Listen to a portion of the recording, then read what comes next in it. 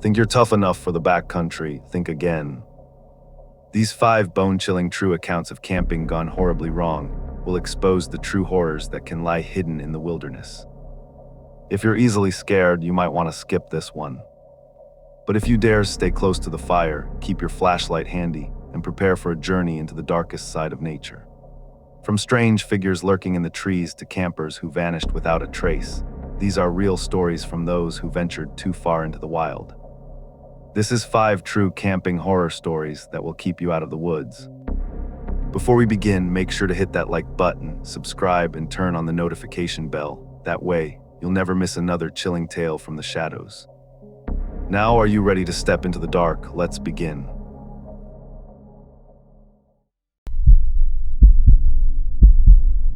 I never thought a weekend trip to the middle of nowhere would turn into something I'd never forget, but I guess that's what you get when you follow my friends' bright ideas.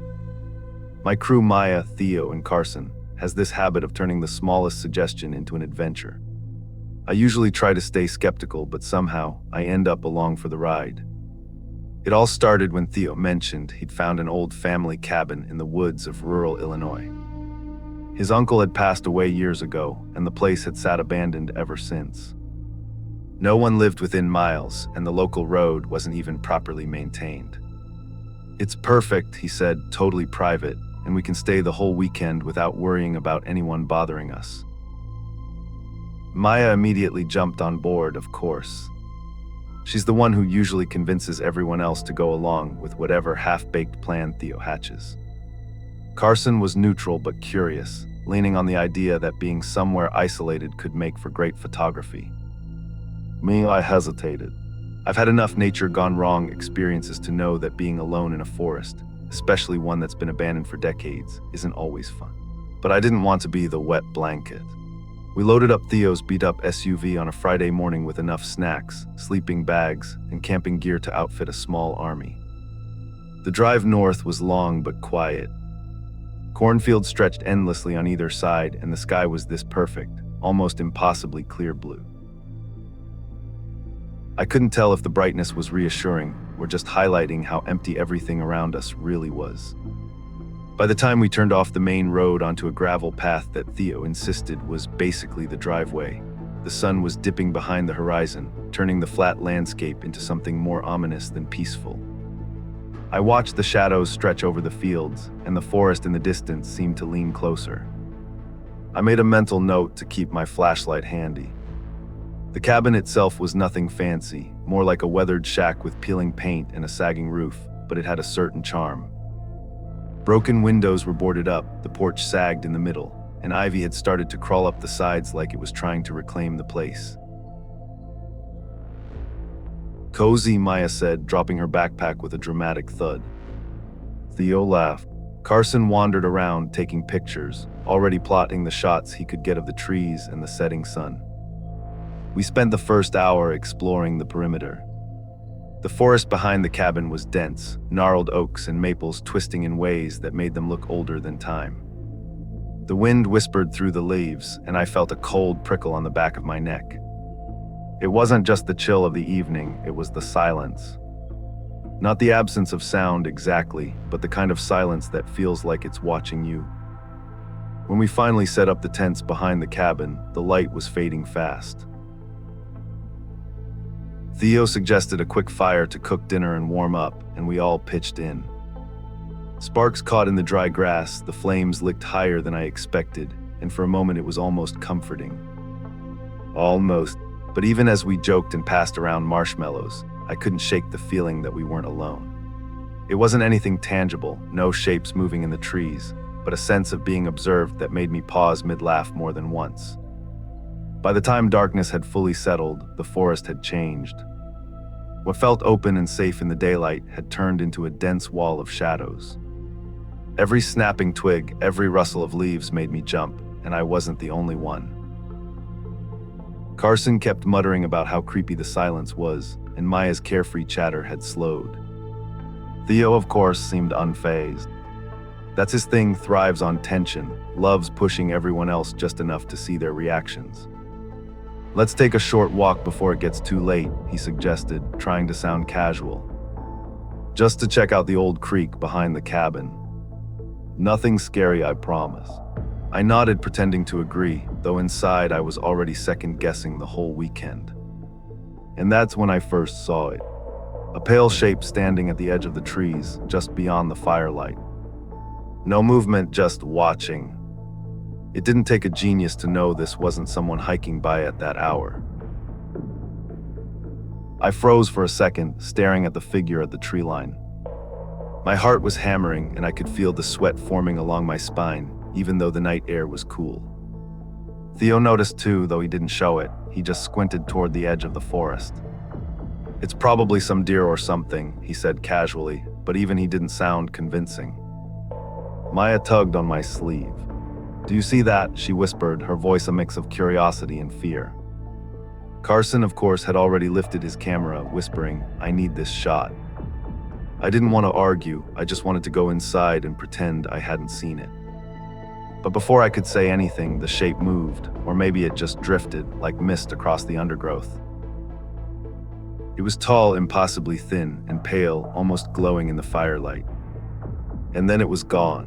We tried to convince ourselves it was a trick of the shadows. Maybe the wind had shifted a branch, maybe our eyes were adjusting to the dark. But when we returned to the fire, I couldn't shake the feeling that someone, or something, was out there, circling, waiting. Dinner was quiet. We ate the canned chili Theo had brought and passed around a bottle of cheap whiskey to keep warm. The forest behind the cabin didn't make a sound at first, and the silence pressed down on us harder than any howling wind ever could. Then came the rustle, a soft crunch of leaves from the tree line. "Probably just a raccoon," Theo muttered. He laughed, but it didn't carry far in the still night. The sound came again, closer this time. My stomach turned over. "Guys, that's too close to be a raccoon," I said quietly. My voice shook a little, and even as I spoke, I knew it was true. Maya and Carson exchanged nervous glances. Theo's bravado faltered for a moment, and I caught him scanning the darkened trees like he was trying to convince himself of something. Then it spoke.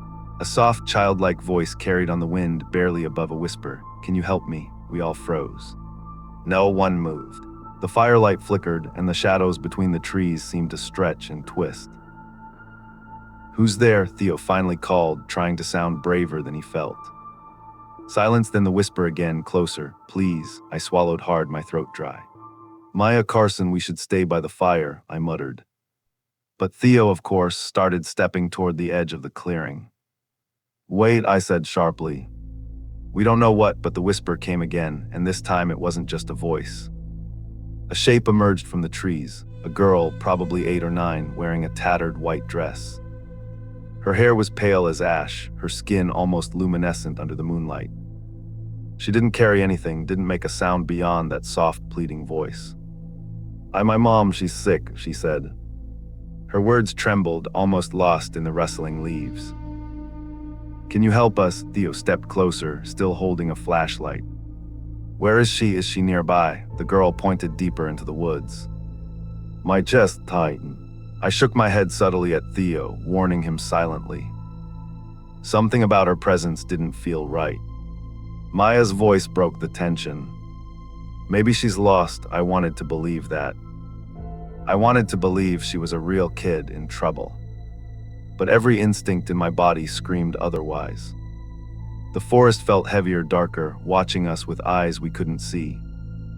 The girl's gaze flicked to me for a moment, and I felt an icy weight settle in my stomach. She smiled faintly, an expression that didn't reach her eyes, and then disappeared back into the shadows, leaving only the whisper of her voice carried by the wind.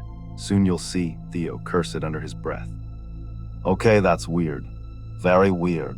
We spent the next hour around the fire trying to laugh it off, but the night refused to stay normal. Every rustle of leaves, every snap of a twig made us jump.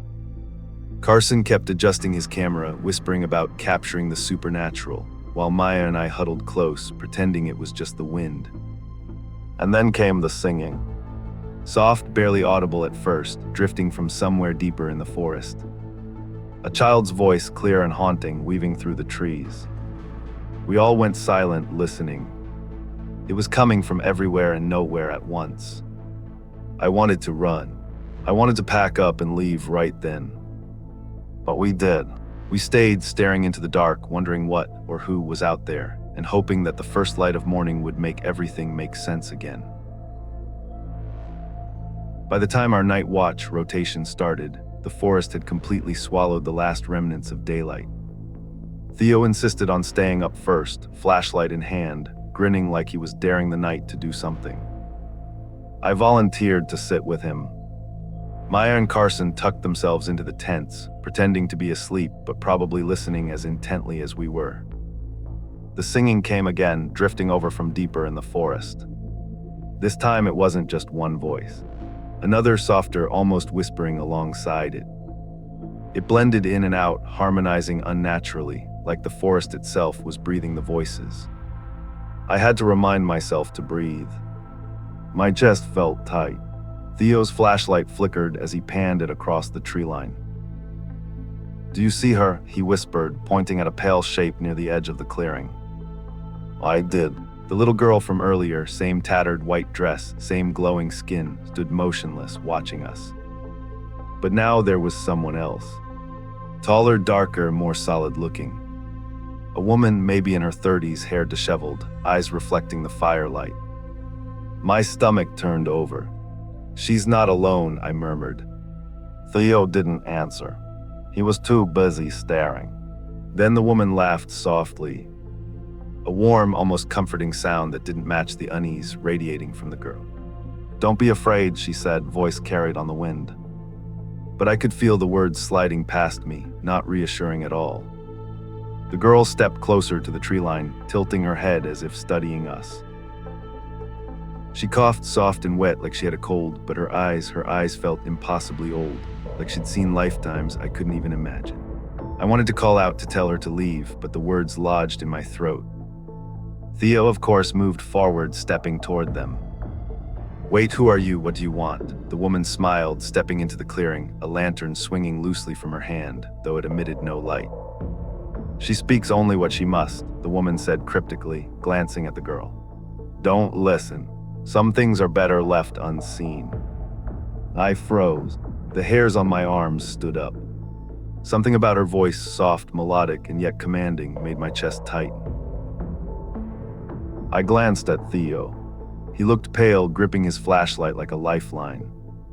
Then the singing changed. It was louder now, more frantic, moving around the clearing in a circle. The girl's voice, high and sweet, layered over the woman's deeper, hollow tone.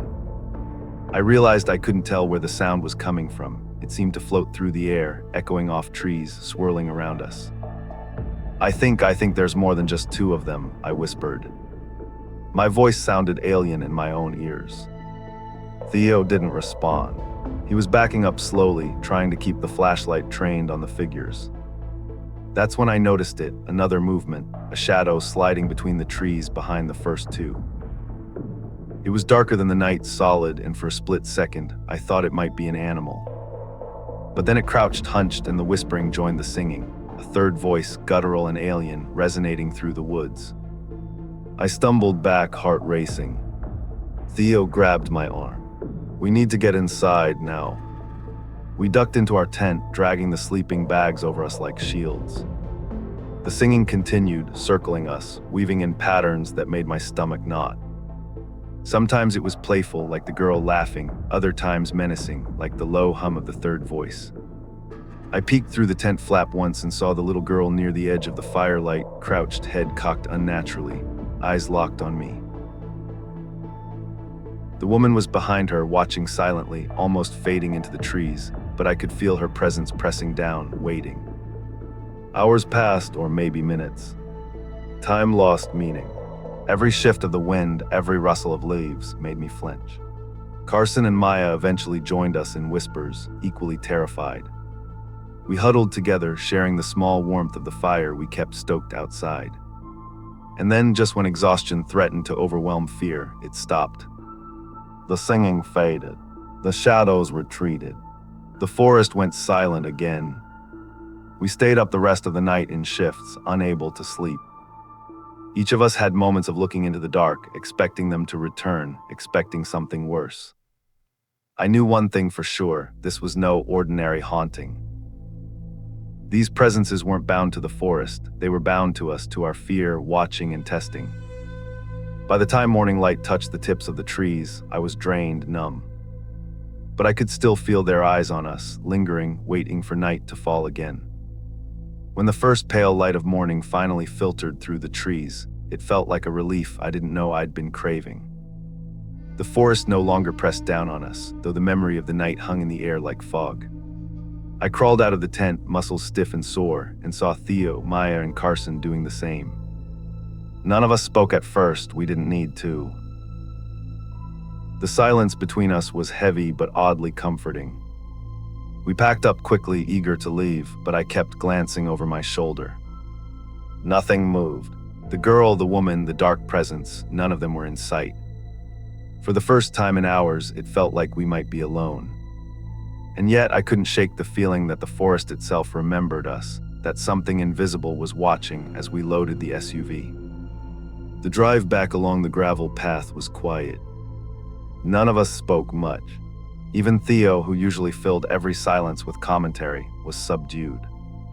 I kept seeing glimpses in the rearview mirror, shadows that moved when there was nothing there, flickers of white that vanished when I blinked. I told myself it was just my imagination, that our brains were playing tricks after the night we'd had. But the feeling wouldn't leave. By the time we reached the main road, the forest behind us looked like any ordinary stretch of trees. No longer menacing, just a cluster of green and brown. I laughed nervously, trying to shake the tension. "Well, that's over," I said. No one responded. When we finally stopped at a roadside diner for breakfast, we ordered coffee and food, sitting in silence. Even surrounded by other people, I felt the memory of the night pressing against me. The girl's pale eyes, the woman's cryptic warning, that third voice, impossible and guttural, that had made me question what was real. Carson tried to joke, maybe it was just some elaborate prank by local teens, but even he didn't sound convincing. Maya shook her head, staring into her coffee. Theo finally muttered, "I don't know what we saw." But it wasn't anyone human. I wanted to argue, to insist we'd just imagined things. But deep down, I knew better. We had witnessed something old, something that didn't belong to the world we know. Something that could slip between shadows and light, that fed on attention and fear. I kept thinking about the little girl. Her smile didn't reach her eyes, but there was a familiarity to it, like she had been waiting for someone to find her. The woman, too, with her lantern that gave off no light, her words that seemed protective but also warning. What had they wanted? Were they spirits bound to the forest, or something darker, older, testing intruders? For the rest of the day, I couldn't shake it. Every time I saw a shadow, every time a breeze brushed across the back of my neck, I felt the presence of that forest watching, waiting for nightfall. I wanted to laugh it off, call it overreaction, but I could. I knew somewhere deep down that the forest had marked us. When we finally returned to the city, we agreed not to talk about it much. Friends outside the group wouldn't understand, and it sounded insane if we tried to explain. But late at night, in the quiet moments when I was alone, I still hear the whispers. The soft, pleading voice of the girl, the deeper tones of the woman, and sometimes, just for a moment, a third, guttural sound that seems to come from nowhere and everywhere at once. I haven't gone back to that forest since. I've convinced myself that some places aren't meant to be visited, that curiosity can sometimes lead to things you're not ready to face. And yet every time I close my eyes, I see her standing there at the edge of the trees, pale and still, watching. I don't know if I'll ever forget that night. And part of me is afraid I don't want to, because some part of me knows the forest isn't done with us.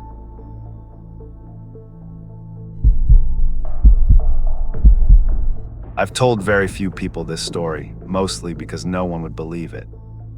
And honestly, I didn't want to talk about it for a long time.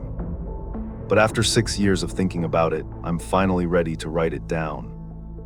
This is the story of the weekend I spent in the Kiamichi wilderness, and why I haven't gone camping since. I'd been planning the trip for weeks. I cleared my schedule at work, bought supplies, and made sure I had everything I might need. Food, water, batteries, the works. I even brought my dad's old hunting rifle. He had passed it down years ago, and while I'd never fired it in my life, I figured it was better to have some protection just in case. I made sure someone knew my plan. I told a friend where I was going, when I'd arrive, and when I'd be back. If I didn't check in, they were supposed to call the authorities. I wasn't careless. I knew the forest could be dangerous. I just didn't know how dangerous. I left around 6 in the morning, the sunrise barely breaking through the clouds as I drove the hour-long route to the wilderness. The air was crisp, clean, the kind that fills your lungs and makes you feel alive. When I arrived, I parked my car in a small clearing near a rarely used forest path and double-checked my pack. Extra battery, water, snacks, rifle loaded and ready. The first few hours passed uneventfully. I hiked deeper into the forest, following a rough trail that wound around towering oaks and dense undergrowth. Sunlight filtered through the canopy in shifting patterns, and birds flitted between branches. I found a small clearing near a creek, the perfect spot to set up camp. I built a fire small, controlled, and cooked myself a simple lunch. I watched a pair of squirrels chase each other up a tree and tried to shake off the feeling that the forest was too quiet. It wasn't loud exactly, just muted, like someone had turned down the volume of the entire wilderness. The birds seemed to stop chirping sooner than expected, and the usual rustling of small animals in the underbrush grew sparse. At first, I chalked it up to coincidence. Animals have schedules, right? By mid-afternoon, though, I noticed a troubling absence. No birds, no rustle of brush, not even insects buzzing in the heat of the day. The forest had gone unnaturally still. My heartbeat quickened, but I told myself to relax. I made a mental note to check in with my friend before sunset, which helped me feel grounded.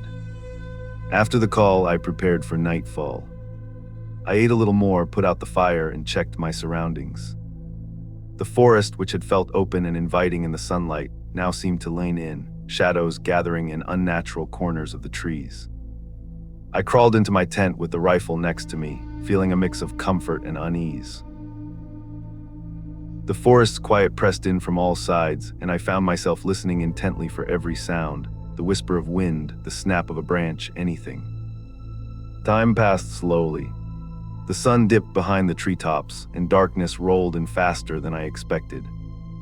The forest wasn't just quiet now, it was still, almost as if it were holding its breath. I tried to sleep, telling myself that nothing could reach me inside the tent. Then I heard it. A soft rhythm, deliberate, too regular to be a deer or raccoon. Click, click, click, click. My eyes snapped open. The sound wasn't moving through leaves or brush. It was steady, approaching, deliberate. My hands gripped the rifle harder. My pulse raised. Whatever it wasn't natural. And it wasn't going away. At first, I tried to convince myself that the clicking sound was just an animal moving carefully through the underbrush. But animals don't move like that. Too precise, too deliberate. No shuffle of leaves, no snapping twigs, no scurry of tiny feet. Just the steady, unnerving rhythm, click, click, click, click. I held my breath, listening as the noise drew closer. My heart thumped in my chest, loud enough that I was certain whoever, or whatever, was out there could hear it. I kept the rifle trained toward the tent flap, shaking slightly. I told myself repeatedly, it's nothing. You're fine. You've handled worse in the wilderness before. But then the forest went even quieter. Not just normal nighttime quiet. A suffocating silence that pressed down on me from all directions. No frogs, no insects, no birds. The wind didn't rustle the leaves. It was as if the world had paused just for this moment, waiting. The clicking stopped abruptly. I froze, convinced I had imagined it. Then came a new sound, a low, wet rasp, like someone dragging claws across bark. It didn't echo, it came from everywhere at once. My pulse spiked. I gripped the rifle tighter, knuckles white. I debated whether to peek outside, but something in me knew I should. Whatever it was, it had no interest in being seen just yet. I could feel its presence pressing against the thin walls of the tent. The hair on my arms stood on end. My breathing became shallow, uneven. Minutes passed like hours. I told myself I was being paranoid, that nothing could get through the tent. Yet every instinct screamed otherwise. Then faintly at first I heard the clicking again, but this time closer. Right outside the tent. My stomach turned over, and then it screeched. A sound so wrong it made me flinch backward, hitting the far side of the tent. I couldn't describe it, it was half shriek, half chitter, somewhere between a human scream and an animal howl. My chest tightened and my hands shook uncontrollably. I gripped the rifle, finger near the trigger, paralyzed between fear and the urge to act. Through the thin fabric of the tent, I caught the first glimpse of it, a silhouette hunched low to the ground. Its form was wrong, almost skeletal, limbs too long and bent at impossible angles. I couldn't tell if it had hair or skin, only that it was pale against the moonlight filtering through the canopy. It moved in short, jerky bursts, a predator circling its prey, hunting me. I fired the rifle once in its direction, the report cracking through the forest. The creature screeched again but didn't flinch. Then it swiped at the tent with one elongated arm, tearing the fabric. The sound of ripping canvas was worse than anything I'd ever heard. My heart lurched into my throat.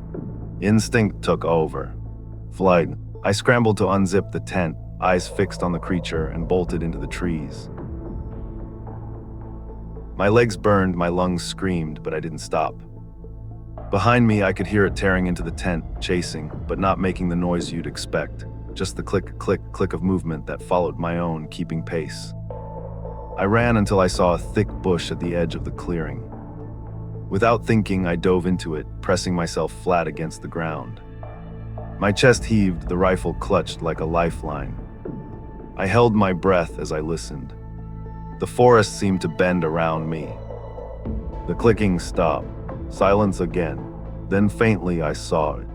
Moonlight caught its head for a split second, a pale, featureless face bent in an impossible angle. It studied me, tilting its head, and then it moved on, disappearing into the deeper darkness. I didn't move for the rest of the night. I stayed in that bush, gripping the rifle, shaking, until the first hints of dawn. Birds began to call, leaves rustled, and the normal sounds of the forest slowly returned. I dared to crawl out, survey my camp, and realized my tent had been shredded. Most of my gear was intact, thankfully, but that sight did nothing to calm the terror still sitting like a stone in my chest. By then I knew one thing, whatever had been hunting me wasn't gone. It had chosen to let me live, for reasons I would never understand. The forest didn't feel safe anymore. Even with the first light of dawn creeping through the trees, my hands still trembled. I knew I couldn't stay in that clearing. Whatever that thing was, it had been deliberate, patient, and intelligent in the way it hunted. And it had chosen me as its target. I spent the morning carefully gathering what I could salvage from the shredded tent. My backpack was mostly intact, and my supplies were fine. I kept the rifle ready at all times, fingers never far from the trigger. Every step I took made my eyes scan the undergrowth for movement, any hint that it was still there. By noon, I decided to leave the area entirely. I didn't take the same path I had used to enter. I stuck to dense trees, underbrush, and streams, hoping the creature would have difficulty tracking me. The forest seemed alive with sounds again, but I didn't trust them. Birds calling and leaves rustling did nothing to calm me. I felt like they were warning me rather than comforting me. As I moved deeper, I started hearing faint noises again. Not the rhythmic clicking from last night, but soft shuffles, barely audible. I froze, rifle raised, and listened. Then a long, low rasp, like dry nails scratching across bark. It echoed unnaturally, as if the forest itself were amplifying it. I ducked behind a fallen log, trying to make myself as small as possible, heart hammering. Then I saw it. At first I thought it was a trick of the light, a shadow shifting unnaturally. But then it stepped into a patch of sunlight that filtered through the canopy. Its body was thin, almost skeletal, with limbs that bent in ways no humans could. Its skin was pale, almost translucent, stretched taut over sharp bones. Its fingers were long, jointed like an insect, and it moved in sudden, jerky bursts that made my stomach lurch. It stopped, tilting its head in my direction, and I felt the weight of its gaze. Nothing in my life had looked at me like that. It wasn't curiosity, not exactly. It was recognition. It knew I was alive. It knew I was afraid. I raised the rifle, but my hands shook violently. I fired once and the creature reacted, but not like an animal would. It shrieked a sound that was both high-pitched and guttural, part human, part something else entirely. The echo of it slammed into me, making me stumble back, and then it charged. I ran. Branches whipped my face and tore at my clothes as I sprinted blindly through the forest. The rasping, clicking sounds followed, keeping pace with me, sometimes ahead, sometimes behind, always around. It was hunting me, playing with me. I dove into a dense thicket, pressing myself flat against the ground. The creature slowed, moving around the clearing, searching. I held my breath, counting each step it took. My mind raced through every survival tactic I knew. Stay still. Don't make noise. Don't draw attention. It lingered for what felt like hours. And then, just as suddenly as it had appeared, it stopped. Its form melted back into the shadows, and the forest fell silent again.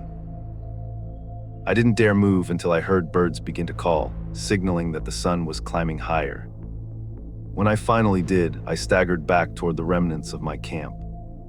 My tent was a ruin, the ground around it disturbed in ways that suggested the creature had searched thoroughly. But I was alive. Somehow it had let me live. I didn't question why. I didn't want to. I packed up the rest of my gear and left, keeping the rifle in my hands the entire way back. Even as I drove home, I felt its presence lingering, a weight that pressed against my mind. I glanced into the rearview mirror more than once, half expecting to see a pale, twisted figure sitting in the backseat. The road ahead was empty, the forest receding behind me, but I knew I would never forget those eyes, the impossible limbs, or the sound it made as it hunted me. I didn't stop moving until the edge of the forest appeared, the dense trees giving way to the familiar dirt road where I had parked my car. My legs burned, my lungs ached, and my hands still shook from clutching the rifle so tightly. I didn't look back. I could. Even the memory of those long, jointed limbs, the impossible angles, and those eyes burned in my mind. By the time I reached the clearing, the forest seemed normal again. Birds chirped in the sunlight, leaves rustled gently in the breeze, and small animals darted across the undergrowth.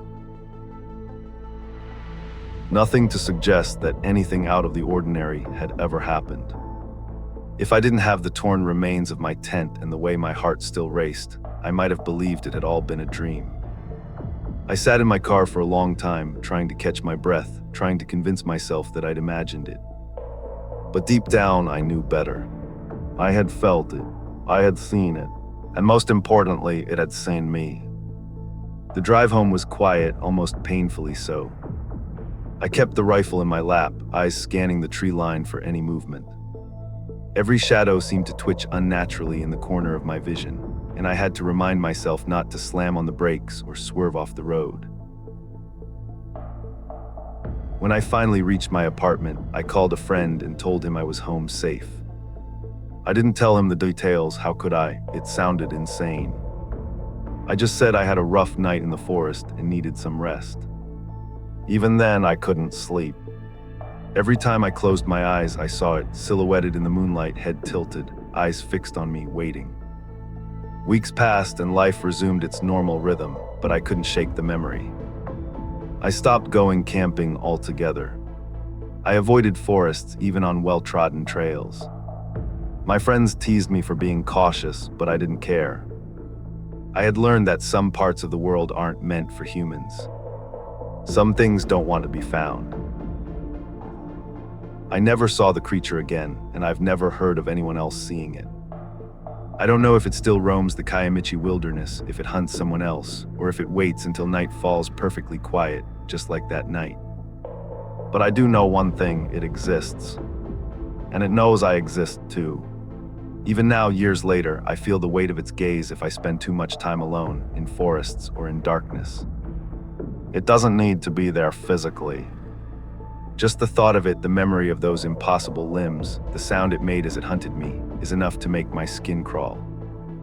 I will never forget that weekend. I will never forget the silence before the noise, the way the forest seemed to hold its breath, or the creature that emerged from the shadows. And I will never, ever return to that forest. Some experiences are meant to be survived, not repeated. Every so often, I wonder why it let me live. Maybe it was curious. Maybe it was bored. Or maybe it was testing me, seeing if I could survive the night. I don't know, and part of me is terrified that I'll never understand. All I know is that when you hear a forest go quiet in a way that doesn't make sense, when the world holds its breath, you should listen. There are things out there, things we weren't meant to see, and some of them are patient enough to wait for the perfect moment. I was lucky. I don't think I'll get another chance. The sky was streaked with faint green and orange flashes, like someone had thrown a bunch of glow sticks into the atmosphere. At first, we laughed about it. Our little graduation camping trip felt like the perfect time for UFO jokes. 5 of us were there, me, Logan, my cousin Mia, Sam, and we'd all grown up together, from middle school shenanigans to high school sports, and this weekend was meant to be a celebration before everyone went their separate ways. I remember distinctly how the light streaks faded just as we started hammering our tents into the forest floor. Logan was the fastest. He was already wandering off to gather kindling for the fire before the rest of us had even unrolled our sleeping bags. I used to work night shifts with him at the local grocery store last summer, and he always made those long, lonely shifts more bearable with his dumb jokes and stories. Mir and Sam teamed up, setting up their tents side by side while Eli was still fumbling with his own, squinting behind his glasses and muttering at the instructions. I wasn't as close to Eli as the others, but we'd shared enough awkward class projects over the years that I knew his quirks. Mia, as usual, was talking a mile a minute with Sam, pointing out the perfect spots to stake the tent, laughing as she remembered some past camping disaster we'd survived as kids. I bring all this up because I'm certain there were 5 of us, and that I knew everyone. Logan returned after a few minutes, rustling through the leaves like some nocturnal animal, arms full of branches. We set up our folding chairs in a semicircle around the small fire pit. The sun was slipping beneath the horizon, and suddenly the forest felt heavier, as if the shadows were stretching farther than they had any right to. A cold breeze drifted through the trees, rattling the branches overhead. "Hey, thanks for grabbing the wood," I said to Logan, trying to shake off the unease crawling along my spine. He dropped the branches in the pit with a clatter and shrugged. "Guess we'll need a fire soon." "It's getting chilly," he said.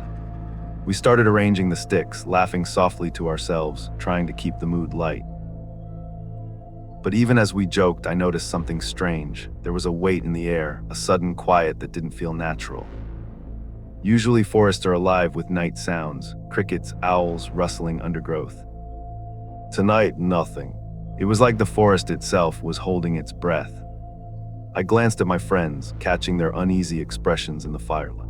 They were fidgeting, scanning the woods, but no one said anything at first. It was Sam who finally broke the silence. "Do you guys feel that?" he whispered, his voice tense. "It's too quiet." I nodded, swallowing hard. The shadows around us seemed to grow darker, folding inward, closing in. I told myself it was just the sunset, just the absence of birds, but instinctively I knew something was off. That's when I noticed it, a flicker of movement at the edge of the clearing. Not Logan, not any of us, it was something else. Just a shadow at first, shifting between the trees, silent, watching. My heart started to pound, and I could feel the hair on the back of my neck standing on end. I wanted to call out to laugh it off, but my throat tightened. The thing, or whatever it was, didn't move like an animal. It didn't move like a person. It just existed there at the boundary of the clearing, and we all knew, without speaking, that it had noticed us too. By the time night fully settled in, the warmth of the fire couldn't chase away the chill crawling along my spine. We were all sitting around the pit, the flickering flames casting uneven shadows that danced across the clearing. Logan and I had pulled our chairs a little closer, while Mia and Sam whispered quietly to each other. Eli sat a few feet off, fiddling nervously with his flashlight. Something felt wrong, though I couldn't put my finger on it. The forest wasn't just quiet, it was empty. Not a rustle, not a chirp, not a snap of a twig beyond what we made ourselves. Even the wind seemed hesitant, holding still in the branches above. I glanced at the fire, then at my friends, trying to laugh it off, but my voice came out tighter than I expected. Did anyone see that? I asked, motioning vaguely toward the tree line. Logan frowned. See what? I shook my head. Nothing. I thought I saw something move over there. Mia glanced past me, squinting into the darkness. You're just tired, Jen. We've been hiking all day. Maybe it's just a deer or something. But I knew it was. It moved differently. And then I saw it again, a shadow flickering in the corner of my vision, just at the tree line. Not a deer, not any animal I'd ever seen. Something tall, thin, and wrong. I felt a shiver run down my spine. It's over there, I whispered, pointing again. Sam leaned forward, voice low. I don't see anything. Maybe it's the fire playing tricks on you. Eli didn't look up from his flashlight. Guys, I think you're letting your imagination run wild. But then it happened. The fire flickered violently, as if something passed close to the edge of the clearing, and I swear I heard it. A soft, dragging sound, like something scraping across leaves, deliberate but silent enough to make the hairs on my arms stand on end. Mia gasped. What was that? No one answered. Even Logan's usual bravado seemed gone. We all sat frozen, listening. The forest was still silent, too silent. I realized then that something had been moving around us all along. Not just in the trees, but in the firelight itself. Each of us was subconsciously counting heads, scanning the clearing. 5 of us right, but that drag of movement, that subtle presence, made it impossible to be sure. I tried to shake it off. Maybe it's just branches, I said, even though my voice was shaky. But then Logan spoke, voice low, almost a whisper. It's not branches. Something's here. We all looked at each other. No one laughed. The kind of camaraderie we had when we joked about UFOs and pranks was gone. Fear replaced it, a raw, annoying tension that made every small sound snap our nerves tight. Mia leaned over, whispering to Sam, should we go back to our tents? Maybe it'll be safer if we stick together. Logan shook his head. We can't go wandering in the dark. If there's whatever it is, it'll know exactly where we're going.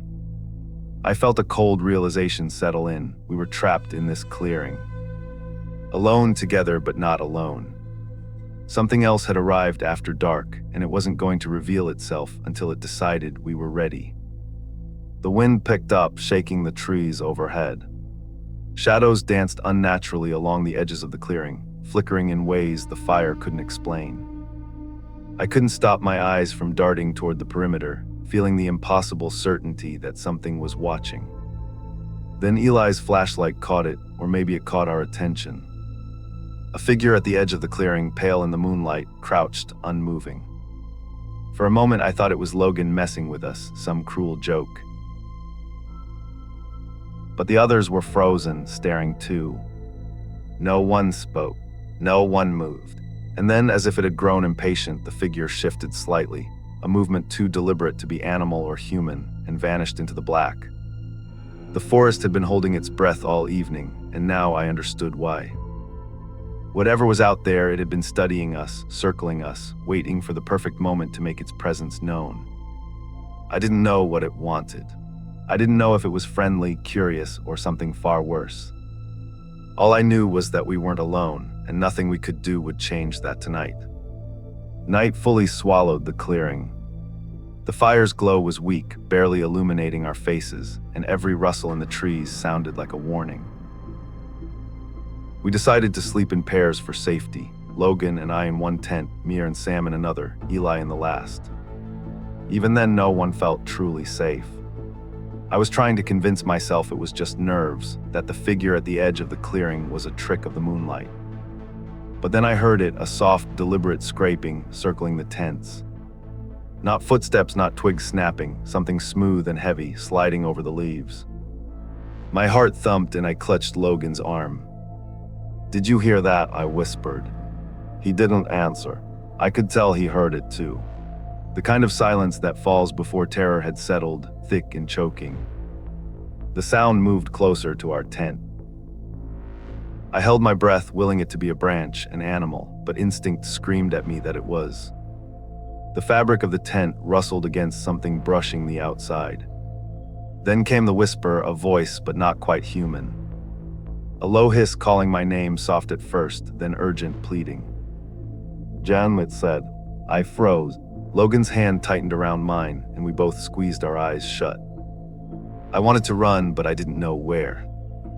Anywhere outside the tent was the forest, and the forest was alive with something that didn't belong. Suddenly a scream tore through the darkness. Mia, sharp, piercing, the kind that freezes your lungs. Logan and I scrambled out of the tent, firelight trembling in my hands, flashlight shaking as we shone it toward her scream. Sam's tent was open, but no one was there. The darkness seemed to swallow everything beyond the fire's reach. I could hear movement, quick, jerky, impossible. Then Sam's voice calling for Mia, followed by a strange, guttural echo that didn't sound human. My stomach turned. Logan grabbed my arm. "Go now," he shouted, and we bolted. We ran blindly, the forest blurring around us, branches scraping our arms and faces. Each step felt heavier, as if the ground itself wanted to hold us back. Behind us there was a soft, dragging sound, then a scream that was quite Sam's, not quite Mia's. It was something else entirely. We reached the trail that led to the clearing, hearts hammering. Logan's flashlight cut through the black, showing us just enough to keep moving. I could hear it close behind, almost breathing in time with us. Suddenly, Eli appeared at a bend in the trail, his flashlight weak, his face pale. "Keep moving," he shouted. "Don't stop," we did. The sounds of pursuit never faltered, soft scraping, faint hisses, the occasional metallic clink of something brushing against a tree. It didn't chase like a human, it stalked, measured, patient. We stumbled into a wider opening, the moon briefly illuminating the trail. I thought I saw something tall, thin, unnaturally bent limbs, standing perfectly still for a moment before it darted behind a tree. My stomach twisted. We finally reached the edge of the forest, the parking lot of our campsite barely visible in the dim light. I collapsed against the car, heart still racing, legs trembling. Logan was beside me, breathing hard, scanning the tree line. Eli caught up, and then finally Mia and Sam burst out of the trees, scrambling toward us. They were both crying, shivering, their faces streaked with mud and tears. No one spoke at first. We just piled into the car, doors locked, still trying to process what had happened. The forest behind us was silent again, as if it had never been alive with that presence. I didn't look back. I didn't want to. The entire way home we stayed silent, the only sound the tires on the asphalt. Whatever had been in that forest, it hadn't followed us beyond the clearing. I don't know why. I don't know if it had watched us from the shadows, deciding who to take, or if it had grown bored. We didn't speak of it much afterward. I still can't fully explain what happened that night. All I know is that the forest had been waiting, and it had been patient. And whatever it was, it knew exactly where we were. By the time we reached the highway, the first light of dawn was streaking the sky. The forest receded behind us, silent and empty, but none of us dared look back. We stayed in the car for what felt like hours, just breathing, trying to convince ourselves it had all been a nightmare. We never spoke about the night again, at least not in detail. I don't know what happened in those shadows, or why it singled out the tents the way it did. Mia and Sam were shaken but alive. Eli was pale and quiet, gripping the steering wheel like it was the only thing keeping him tethered to reality. Logan didn't joke once on the ride home. He didn't laugh. We all knew we'd crossed a line into something we couldn't explain. I keep thinking about the figure I saw at the edge of the clearing, standing in the moonlight. Its limbs were wrong, elongated in ways no human should be. And yet it didn't attack us directly. It disappeared once we ran, as if it had only wanted us to see it. I still feel the weight of those eyes, as if they followed me even after the forest was behind me. We abandoned that campsite and haven't returned. None of us have gone back to that part of the forest, and I've stopped doing any solo trips. Even now, when I drive past the tree line, I feel it. The quiet that's too complete, the shadows that linger longer than they should. I don't know what it was, and I don't know why it let us leave. All I know is that it was patient, it was waiting, and I hope I never see it again.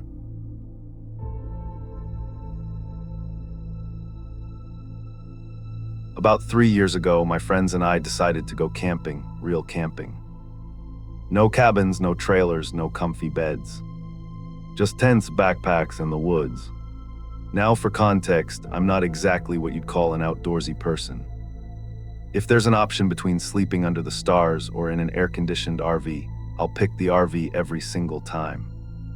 I like soft pillows, working bathrooms, and zero bugs. But one of my friends, Jason, he's the total opposite. He's the kind of guy who brags about surviving with just a knife and a stick of gum. Every time we plan a trip, he has to make some smart remark about how I'm too soft for nature. After a few years of that, I finally had enough. So when he suggested a full-on camping trip to a lake on his family's property, I said yes, mostly to shut him up. Our group was 4 people, me, Jason, and our friends Ryan and Leo. Jason was leading the whole thing. He said we'd be camping near a private lake deep in the woods. No people, no noise, just nature. Sounded like hell, but I wasn't backing out. When we parked the cars and started hiking, I realized this wasn't some short stroll either. Jason pulled out a compass and said we had to go north until we found trees marked with red triangles. "That's the trail," he said. After about an hour of walking, the sun started dipping low. My shoulders were sore from the backpack, and Leo looked like he was ready to collapse. The woods were dense, and my phone had zero signal. I called out, "Hey Jason, can we take a break? I gotta pee." He gave me that look, half annoyed, half smug. "Fine," he said, "just don't wander off too far. We need to set up camp before dark." I dropped my pack and went a few yards off the trail. That's when I noticed something: silence. Not the usual forest quiet. I mean dead quiet. No birds, no wind, nothing. I brushed it off, did my thing, and was about to head back when I heard it, a crack. Like a branch snapping right behind me. I froze, looked around. Nothing. I started walking faster. Crunch. Another sound, this time matching my steps. When I stopped, it stopped. I told myself it was just echoing, but my heart didn't believe that. I practically jogged back to the trail, burst through the trees, and saw my friends waiting. Ryan looked at me like I was crazy. "Dude, you okay?" "Yeah," I said, trying to sound calm. "Just thought I heard something." Jason laughed. "It's called the forest, Matt. Try not to freak out every time a twig snaps." I let it go, but I couldn't shake that feeling, like something had been right behind me in the trees. We finally found the lake right before sunset. And I'll admit, it was beautiful, the kind of view that almost makes the hike worth it. The water had that glassy reflection from the orange sky, and the trees looked golden in the light. Jason smirked when he saw my face. "Told you it'd be worth it," he said. We set up camp near the water. Jason and Ryan went to collect firewood while Leo and I handled the tents. Now, I'd never set up a tent in my life, but I actually got mine up first. You should have seen Jason's expression when he came back, pure disappointment that I didn't mess it up. By the time we got the fire going, it was dark. Leo pulled out the snacks: marshmallows, chocolate bars, and graham crackers. Jason rolled his eyes, but I swear the guy still made a s'more before anyone else. We were laughing, roasting marshmallows, and just having a good time. For a moment, it felt like any other camping trip. Then Ryan asked, "Hey Matt, what was up earlier? You looked freaked out when you came back from the woods." I shrugged. "Just thought I heard someone walking behind me. Probably an animal." Jason snorted. "You sure it wasn't your reflection in the lake scaring you?" Everyone laughed, me included, but deep down I wasn't sure what I'd heard. The woods had been too quiet. After we finished eating, we doused the fire and went to bed. I tossed around for a while, every little noise making me jump, but eventually I drifted off. The next morning, Jason woke us up yelling about fishing before it got too hot. The lake looked calm and perfect. We spent a few hours casting lines and joking around, even though the fish clearly weren't interested. Later, we decided to go swimming. The water was warm from the sun, and it actually felt amazing. We were splashing each other and laughing until we got back to shore. That's when everything changed. Our campsite looked wrong. Trash was everywhere. The food cooler was open, but not opened, more like ripped apart. Every piece of meat we'd brought was gone, and the wrappers were shredded. Leo's tent had a huge tear down the middle. Not just a little rip, it looked like something had clawed straight through the fabric. Jason froze. What the hell? Ryan tried to lighten the mood. Probably a bear, right? We're in the woods. But Jason shook his head. No way. That cooler's locked. A bear couldn't have opened it without busting the latch.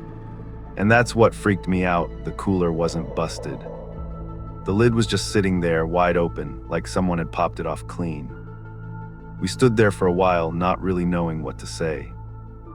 Finally, Leo muttered, maybe we should just head back. We don't have any food left. I checked the time, it was around 5:30. The sun was already dipping low again. It'd be dark soon. Jason hesitated, but I wasn't staying another night. Let's pack up, I said. We've got flashlight. We can follow the trail markers back to the cars.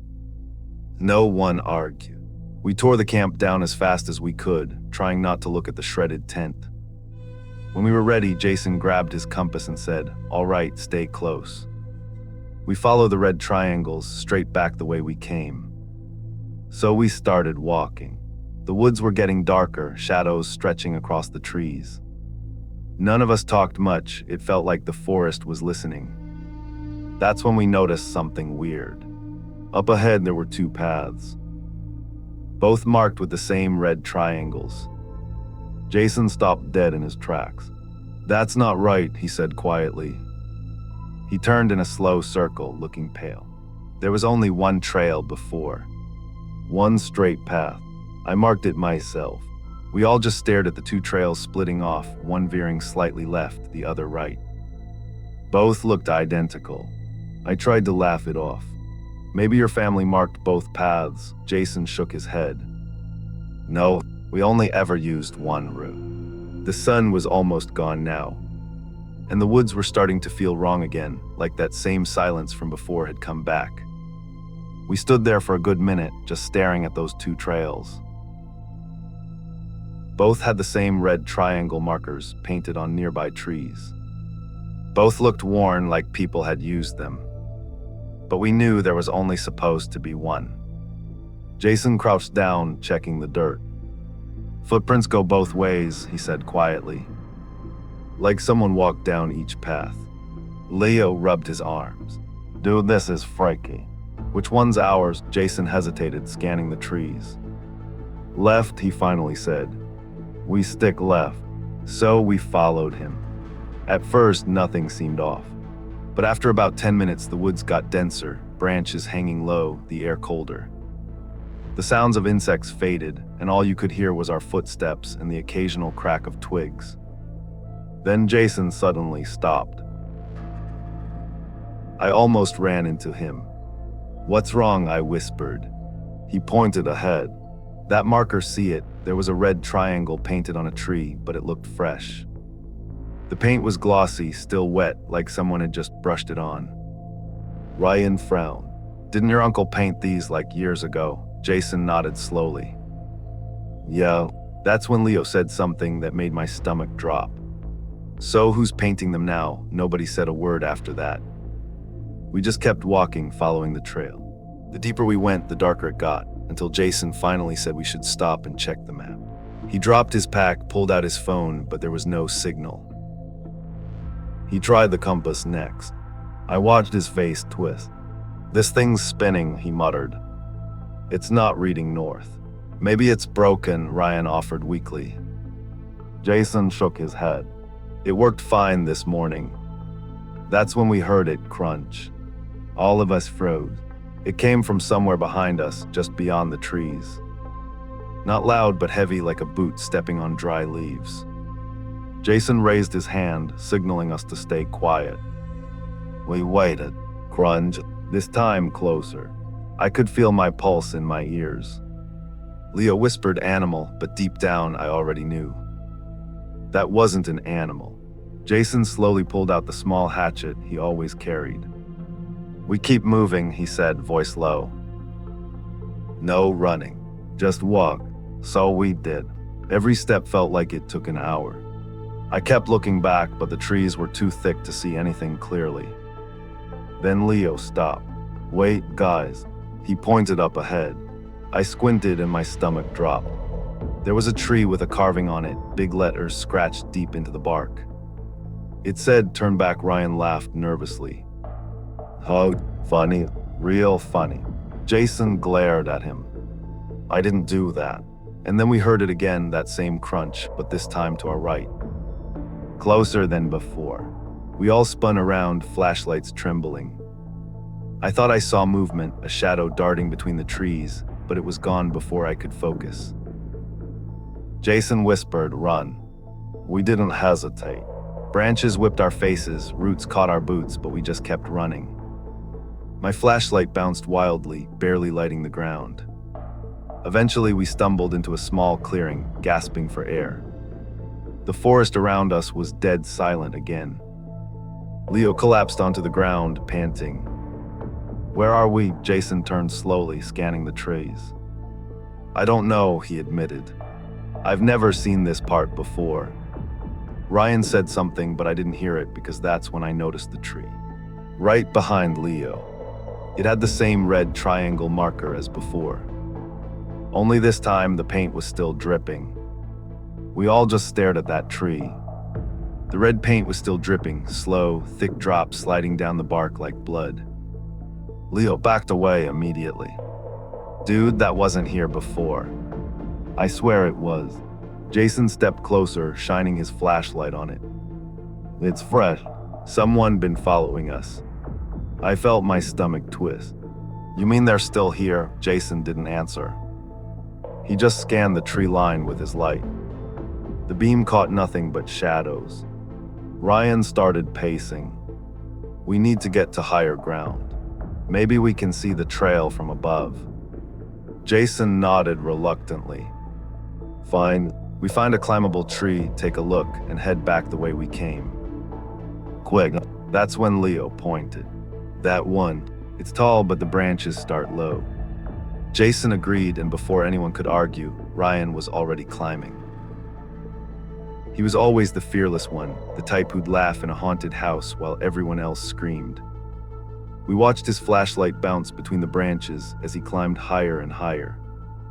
Can you see anything? Jason called out. Ryan didn't answer. Ryan, still nothing. Just the sound of the wind through the leaves. Then finally his voice faint and shaky. Oh guys, yeah, Jason yelled. Ryan's light swayed. There's something up here. Leo frowned. What do you mean something? I don't know, Ryan said, his voice trembling. It looks like a bag or clothes, I can't tell. He reached toward it, brushing at the branches, and then he went completely silent. Ryan, Jason shouted again. No answer. We looked up, flashlights shaking. His beam was still on, but it wasn't moving. It just pointed down toward us, perfectly still. Then all at once it dropped. The flashlight tumbled through the air, hit the ground, and rolled toward my foot. The light was still on, but there was no sound. No scream. Nothing. Jason rushed forward. Ryan, answer me, man. He started climbing, but Leo grabbed his arm. Don't go up there. Jason pulled free. He could be hurt. He was halfway up when the entire tree shook. Not from the wind, this was heavier. Like something large had grabbed it and given it a violent shake. Jason froze mid-climb. What the hell? Then came the sound. A low, guttural groan that didn't sound human or animal. It rumbled through the trees, vibrating in my chest. Leo and I both stumbled back, shining our lights around, trying to see. Jason scrambled down fast. "We're leaving." No one argued. We just ran. Branches whipped against our faces, twigs snapped underfoot, but we didn't care where we were going, just away. After what felt like forever, we finally stopped, breathless. Leo's voice cracked. "Where Ryan?" Jason didn't answer. He was staring at something behind me. I turned and froze. In the distance, barely visible through the trees, Ryan's flashlight was still up in that tree, glowing faintly from above. But it was moving, side to side, slowly, like someone was swinging it. I don't think I've ever run that fast in my life. We didn't know where the trail was anymore. We just kept moving, hoping we'd eventually hit a familiar landmark. The woods were pitch black now, and our flashlights barely cut through the darkness. Every sound felt amplified, twigs snapping, leaves rustling, my own breathing sounding too loud. Finally, Jason stopped. "We need to think," he said between breaths. "If we keep running, we'll just go deeper." Leo was shaking. "I'm not staying out here, man. We have to find Ryan." Jason looked at him, eyes wide and wet. "Ryan's gone." I didn't want to believe it, but deep down, I knew he was right. That noise, that tree shaking, it wasn't something any of us could have helped him with. Suddenly, there was a faint sound behind us, a crack, like a stick snapping. Leo spun around with his flashlight, but there was nothing there. Then another sound. Closer. Jason grabbed my arm. "Move." We ran again. I didn't even care which direction. I just wanted out.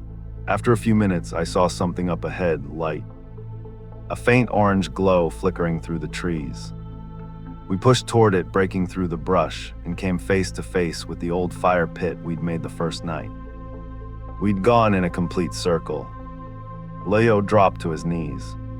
No. Jason threw down his pack, cursing under his breath. "This doesn't make sense." We went straight. Then, without warning, something whistled past my ear. I turned and saw a rock hit the dirt right beside me. Someone had thrown it. "Run," Jason shouted. We bolted again, cutting through the woods. I didn't look back. I could. All I could hear was my heart pounding and Jason's voice yelling my name somewhere behind me. At some point, I tripped. My flashlight flew out of my hand and hit a tree. The light flickered but didn't die. When I looked up, I saw it. About 30 feet ahead. A figure standing between the trees. Not moving, just standing there. It was tall, way taller than any of us, with shoulders that seemed to slope downward unnaturally. The beam from my flashlight caught what looked like wet, torn fabric hanging from its arms. It didn't make a sound. It didn't move. But I swear, even from that distance, I could feel it looking at me. I don't even remember getting up. 1 second I was on the ground, and the next I was sprinting as fast as I could. I kept running until the trees finally started to thin out, and suddenly I stumbled onto the dirt road where our cars were parked.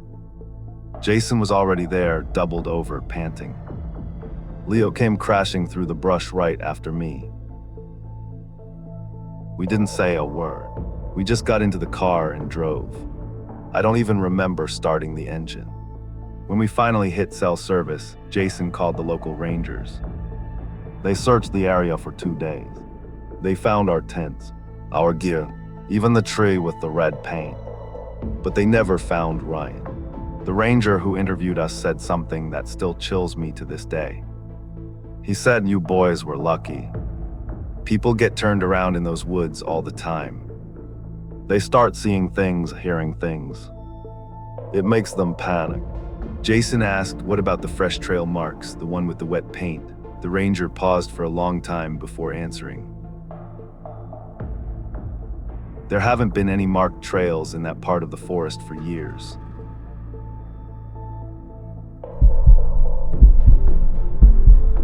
I'll never forget the morning it all went wrong.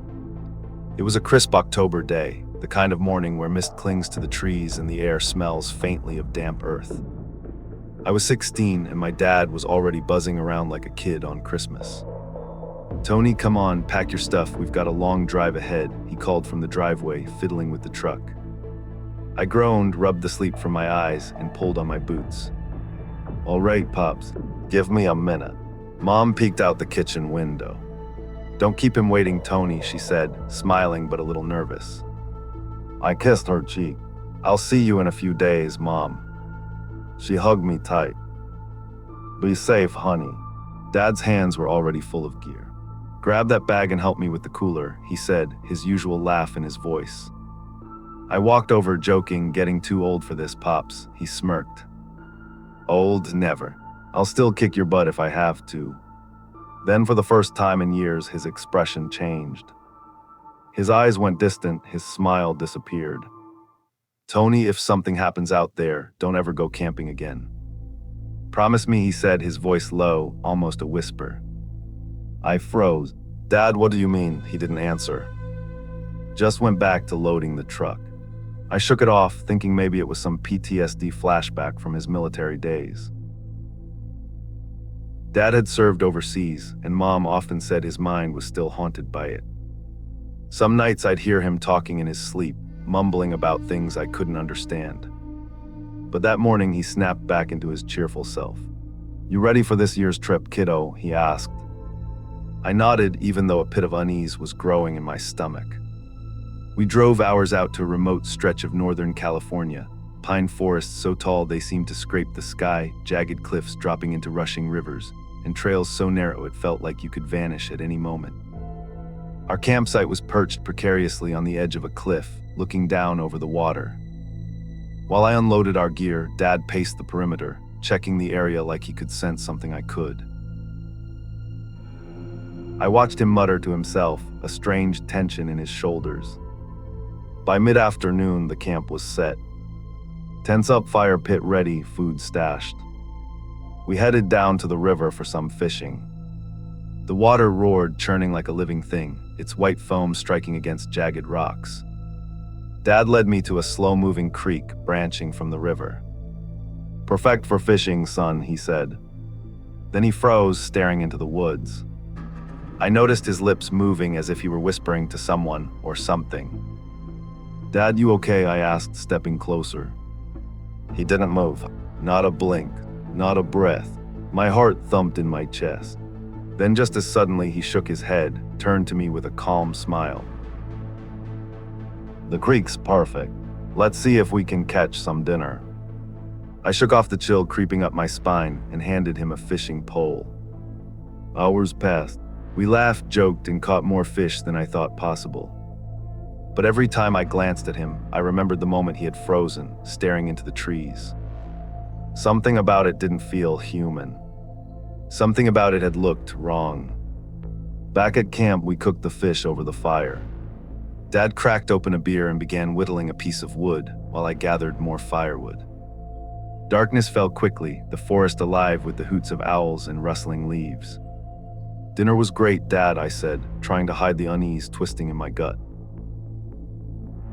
He nodded, not looking up. "Good. Now get some rest. Big day tomorrow." I crawled into my tent, but sleep didn't come easy. The memory of Dad's frozen stare, the whispering from the woods, played over and over in my mind. Then, just as I was drifting off, I heard it. A scream. Not the scream of someone hurt, but something deeper, darker, inhuman. It cut through the night so sharply, I thought my ears were ringing. I jumped up, unzipped my tent, and looked toward Dad's. He was mumbling in his sleep, words I couldn't make out at first. Then I heard it, a deep, guttural voice, one that couldn't have been his.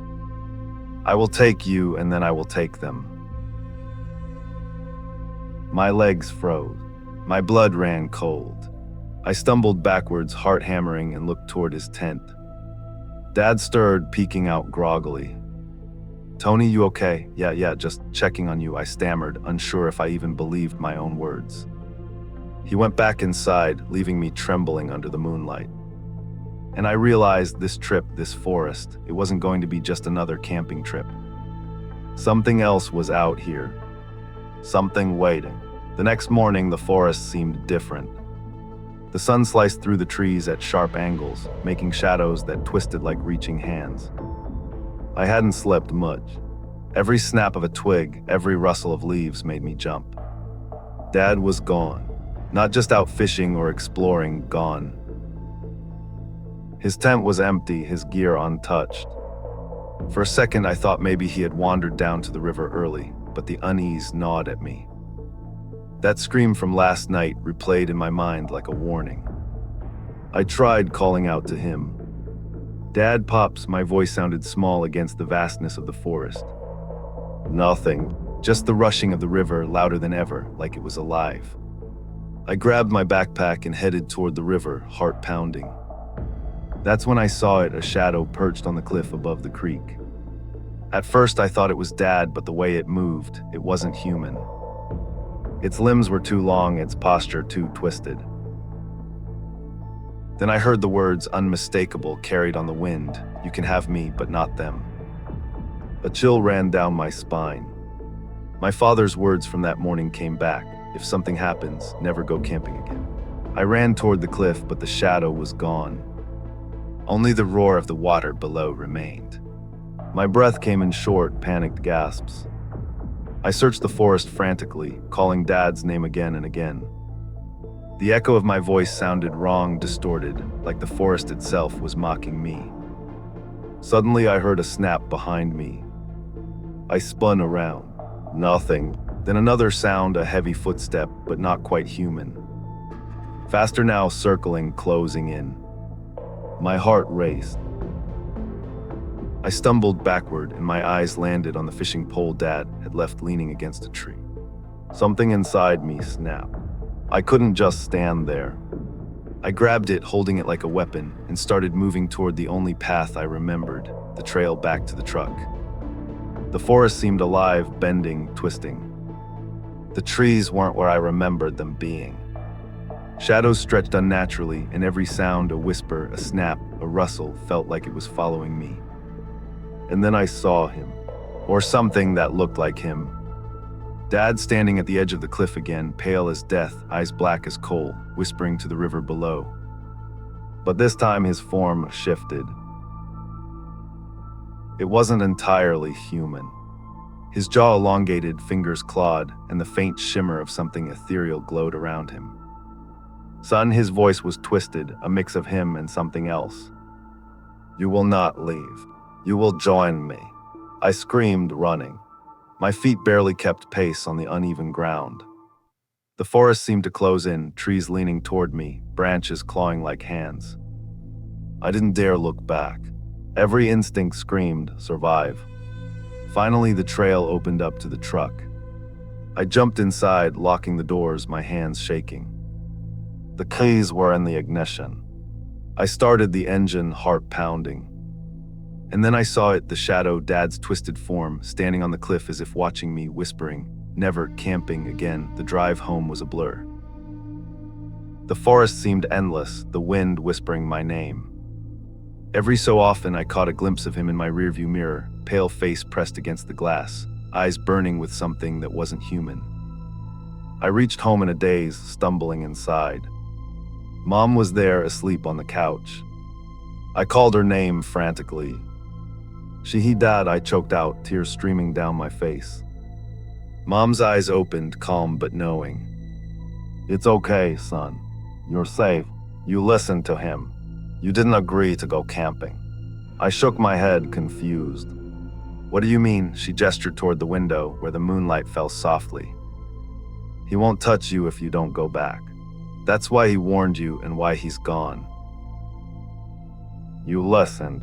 That's why you're alive." I sank to the floor, shaking.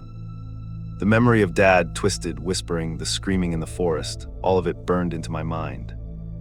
And somewhere deep down, I knew one thing: I would never, ever go camping again. The next night, I barely slept. Every sound outside my window, the rustle of leaves, the howl of a distant coyote, the creak of the floorboards, made my stomach tight. I couldn't shake the feeling that something was watching me, waiting.